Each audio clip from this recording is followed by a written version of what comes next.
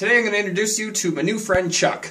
New addition to the Woodshop. Going to have lots of fun with him, make lots of projects, and so much to come. So many ideas for it. To start off, I milled up a piece of lumber this summer. I'm going to go ahead and make myself an ingredients bowl for the kitchen. Stay tuned, I'll show you how I did it.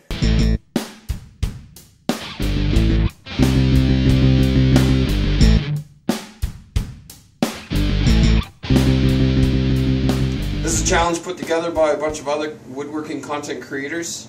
If you want to see a list of everybody participating in this challenge, please check the show notes below. There's a list of every single one of the participants and a link to their channel. I encourage you to check out all of them, as they're all great content creators. We have a great time doing these kinds of things, and check it out. Ow! I'm going to cut 6 inches off this. In order to find approximate center, or as close to dead center as possible, you go from corner to corner, draw a line.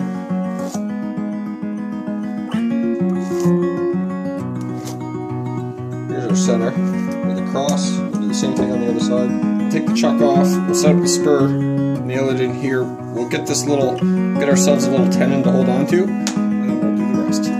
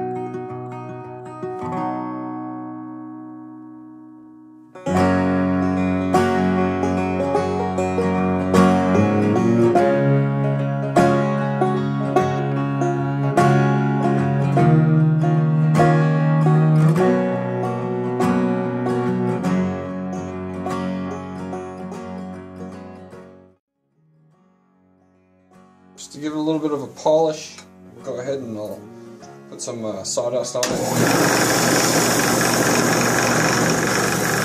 Here I'm going to use some Minwax Antique Protective Oil Finish. I know this is used for food, but I'm just going to use it on the outside, let it soak into the wood, and give the wood its moisture plus the look that I'm looking for, which is what this will give it. And then on the inside, I'll use some mineral spirits and then some beeswax to seal that in, and I'll just refinish the inside every once in a while. But I do want the outside to have a specific look, so that's what I'm going to go for, and I'll go ahead and start that out.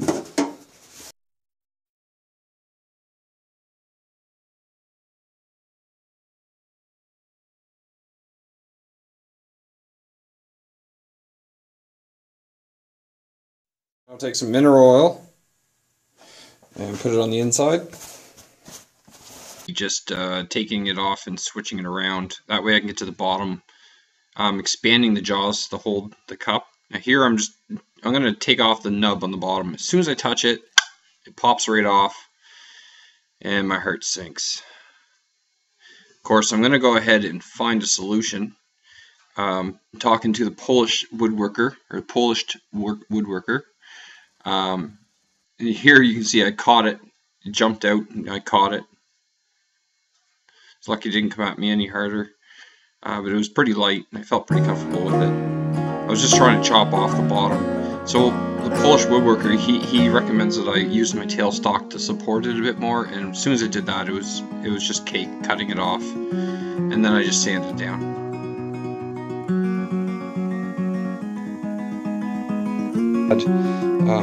I'm just soaking it with the oil to let it all soak into the end grain. When that stops soaking in, I'll wipe off the excess, and that should be saturated enough.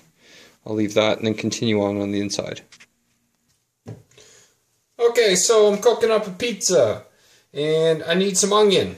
So I'm going to put my onion, I'm going to dice my onion up and put it aside, and that's what this is for. Now that I got this, I'll show you what I mean. So first of all, I'll cut my onion. What I do to cut an onion is I will chop most of the way down, leaving a little bit at the bottom of the onion. And I'll turn the onion and do the same thing on the opposite way.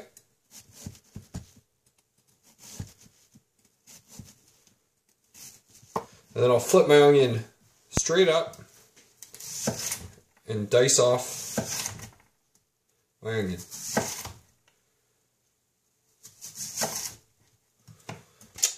And now, when I go to put my ingredients on my pizza, there's my onions. I'll have another. I want to have more for more ingredients. That's the idea right there. Stay tuned. Maybe I'll make a pizza. Show you how to make one, or how I make one.